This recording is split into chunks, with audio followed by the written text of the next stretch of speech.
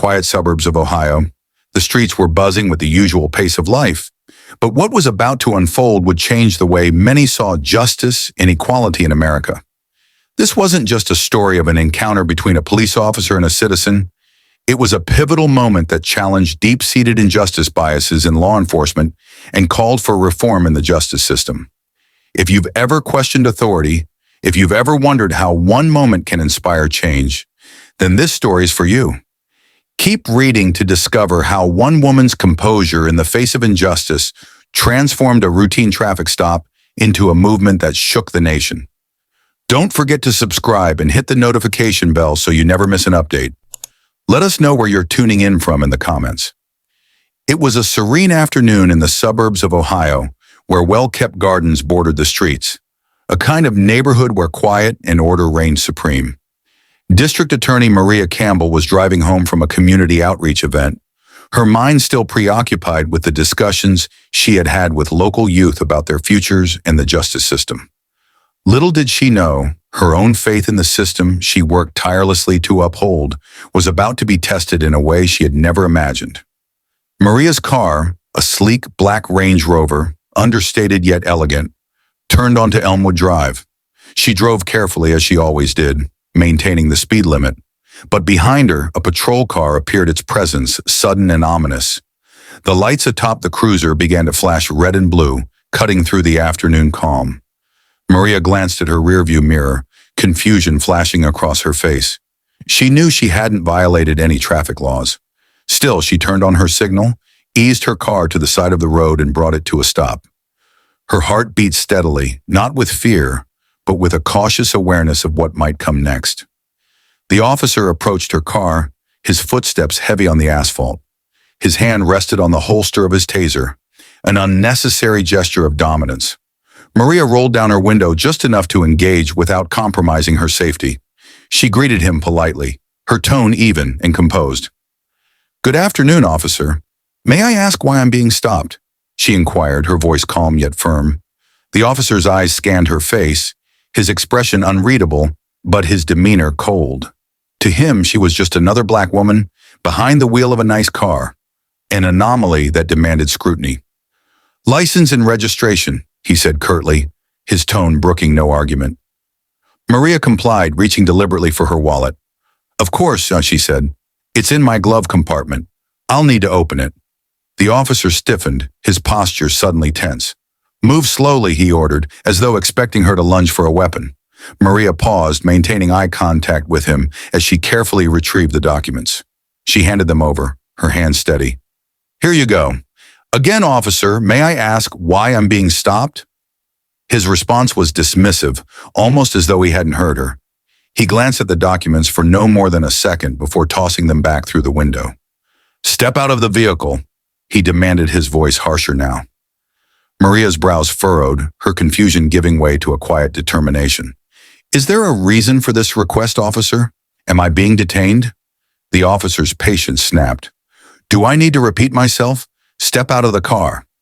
At that moment, Maria felt the full weight of the moment. She knew she could comply and de-escalate the situation, but she also knew that her compliance might not change the outcome. People like her, black, composed, professional, were not exempt from the biases that often turned routine stops into tragedies. But Maria wasn't just anyone. She was the district attorney, and she understood both the power of the law and the weight of her position.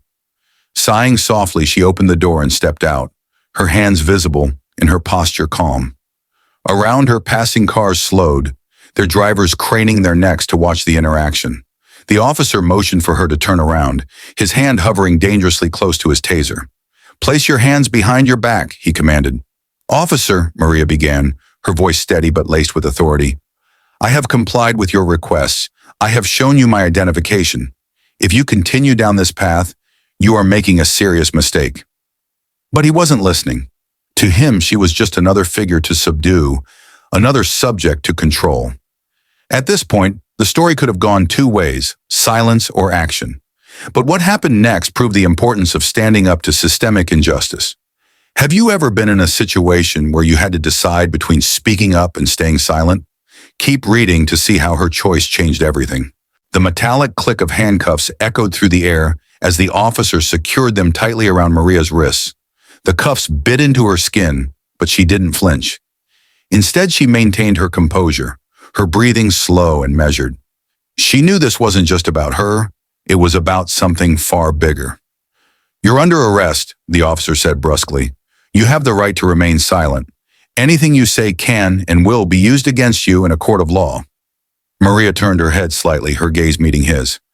"I suggest you call your supervisor." "Officer," she said calmly, "you're making a very serious mistake." Her words carried weight, but the officer was too consumed by his own authority to register them. He guided her toward the patrol car, his grip firm but unnecessarily rough. By now, a small crowd had begun to gather, their murmurs growing louder with each passing second. Several onlookers had pulled out their phones, recording the encounter. As Maria was placed in the back seat of the patrol car, a young woman approached the scene, her phone held high. "That's Maria Campbell," she whispered to another bystander. "She's the district attorney." The officer heard the murmur, but dismissed it as nonsense. "Keep moving, folks," he barked at the onlookers. But the whispers grew louder, spreading like wildfire through the crowd. Inside the patrol car, Maria sat silently, her thoughts racing. She knew this incident was being documented, and she knew it wouldn't end here. She wasn't just another victim of injustice profiling. She was someone with the power and platform to turn this injustice into a catalyst for change. Minutes later, a second patrol car pulled up, and out stepped the officer's supervisor. His expression shifted the moment he saw Maria through the window of the cruiser. "Officer, release her immediately," the supervisor ordered, his tone urgent. The arresting officer hesitated, confusion and panic flashing across his face. "What? Why?" "Because," the supervisor snapped, "you just arrested the district attorney of this county." The officer's face turned ashen, his confidence crumbling under the weight of his mistake. He fumbled with the keys to the handcuffs, his hands trembling as he unlocked them. Maria stepped out of the car, her composure intact but her eyes blazing with resolve. "Officer," she said, addressing the man who had arrested her, "do you understand what you've done?" He stammered, unable to form a coherent response. Around them, the crowd had grown, their phones capturing every word. Maria turned to the supervisor. "I expect a full report of this incident on my desk by tomorrow morning," she said firmly, "and I will be pursuing this matter to ensure it never happens again. Not to me and not to anyone else." The supervisor nodded, his face etched with both embarrassment and respect. As Maria walked back to her car, the crowd erupted into applause. She didn't acknowledge it, her focus unwavering. This wasn't a victory. It was only the beginning of a much larger fight. The video of the incident spread like wildfire on social media. Within hours, hashtags like #Justice for Maria and #End. Injustice profiling were trending nationwide. People were outraged not just because a high-ranking official had been profiled, but because her experience highlighted a systemic issue faced by countless others without her platform or resources. Maria Campbell held a press conference the next day. Standing at the podium, she addressed the nation. "What happened to me happens to thousands of Black men and women every single day. The difference is, I have a title and a platform. Many others do not. But today, I speak for them. This isn't just about me. This is about justice, accountability, and the urgent need for reform." Her words struck a chord. Protesters flooded the streets demanding stricter measures against injustice profiling. Activists shared their own stories, using her case as a rallying cry for change. Maria's story became a beacon of hope, but the fight was far from over. Have you ever witnessed or experienced an injustice? Sharing stories like this can help amplify voices that need to be heard. The officer involved faced disciplinary action and was suspended pending an investigation. But Maria Campbell wasn't interested in retribution. She wanted systemic change. She used the momentum of her case to push for legislative reform. In the courtroom, she delivered a powerful testimony.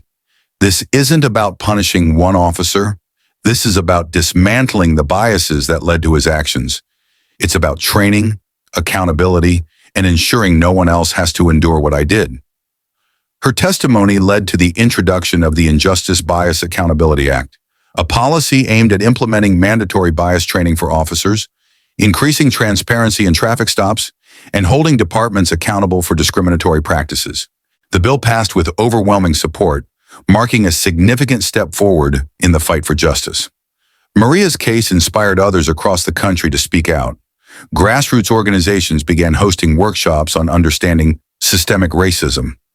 Police departments in several states adopted new policies to address injustice profiling. But perhaps the most significant change was in the hearts and minds of ordinary people. Conversations about privilege and justice became more widespread, challenging individuals to confront their own biases and work toward a more inclusive society.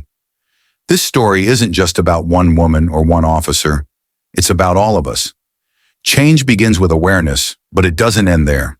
Educate yourself, have those difficult conversations, and challenge systems that perpetuate injustice. Years later, Maria Campbell reflected on that day. What had started as an act of injustice became a turning point for the nation. Her story was taught in schools, her legislation became a model for other states, and her courage continued to inspire future generations. In an interview, she said, "I didn't ask to be a symbol of change, but when the opportunity came, I knew I had to rise to the occasion. My hope is that one day, stories like mine will be a thing of the past." Maria's story reminds us that change is possible, but it requires all of us to act.